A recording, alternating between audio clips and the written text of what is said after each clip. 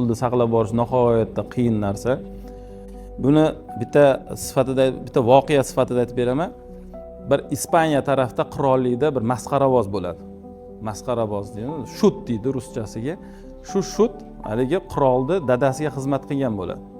Keyin yoshi qaraganda o'sha qirolni podshoh o'lib ketgan bo'ladi, o'g'li davlatni boshqarib turgan bo'ladi. Shunga shikoyat qiladi. Qirol dedi, "Men sana dedi yoshligingda chaqalog'ingdan kuldirganman" dedi. "Otangni ham kuldirganman.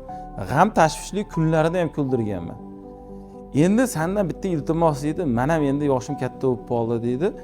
Menga ruxsat bergin dedi. Menga bitta qasr ber dedi va xizmatkorlarim bilan va mol davlat bergin dedi. Shu yerga borib yashasan. Chunki axir men sidqildan xizmat qildim desa, qirol bo'ldi dedi. Dono vazirini chaqiradi, shu aytgan hamma narsasini qilib berdi. Va o'sha masxarabozga bitta alohida qasr berishib, u yerda 100 taga yaqin xizmatkorlar bilan berib, mol davlat bilan to'ntirib qo'yadi. Ma'lum vaqtdan keyin masxaravozni puli tugashni boshlaydi.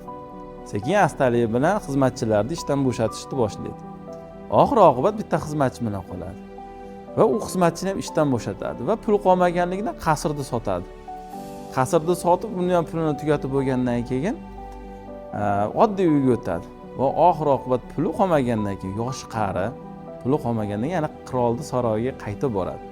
Va qirol saroyiga qaytib borgandan keyin qirolim dedi, siz bergan narsalar hammasi tugadi dedi. Shunga dedi, yana bitta nima qilib bersangiz, yana bitta qasr qilib bersangiz dedi. Yo'q, qasr qilib berishimdan oldin senga bosh vazirim sen nima qilganingni tushuntirib beradi dedi. Keyin bosh vaziriga aytsa, bosh vaziri keladida, bitta grafinni oladi, ichida to'liq suv bo'ladi. Xuddi shunga o'xshagan. Suv bo'ladi. Aytadiki, bu senga podshohim inom qilgan dedi, boylik dedi. Grafindagi suv. Bu stakanda aytadi, bu seni deydi dunyo qarashing va fikrlashing deydi. U har doim dunyoni hazildan iborat deb o'ylaydi-ku. Va dedi, mana dedi, endi senga suvni kuyaman deb suvni kuyishni boshlaydi. Ya'ni podshoh bergan nimalarni kuyishni boshlaydi, boyliklar. Va stakanga suv to'lib toshib ketadi-da, grafinda hech narsa qolmaydi.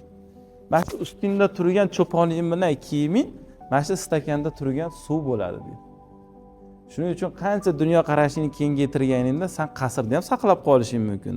Xizmatkorlarni ham, boyligini ham saqlab qolishing mumkin deydi. Shuning uchun agar biz saqlab borish bo'yicha dunyo qarashimizni kengaytirsak, bizga qancha boylik kelsa, biz uni saqlab qolamiz. Millionerlar qaranglar, boylarni qaranglar. Ularga qancha pul kelsa ham vahimaga, mandirajga tushib olmaydi. Darrov pulni olib bozorga borib yoki bir narsalar chaqirib sotib olmaydi. Ular qancha pul kelsa ham ular saqlab qolishni biladi va ko'paytirishni biladi. Agar biz shunaqa saqlab qolish qonunlariga ahamiyat berib, ularni bajarishni boshlasak, bizda pul turadi va pul ko'payishni boshlaydi.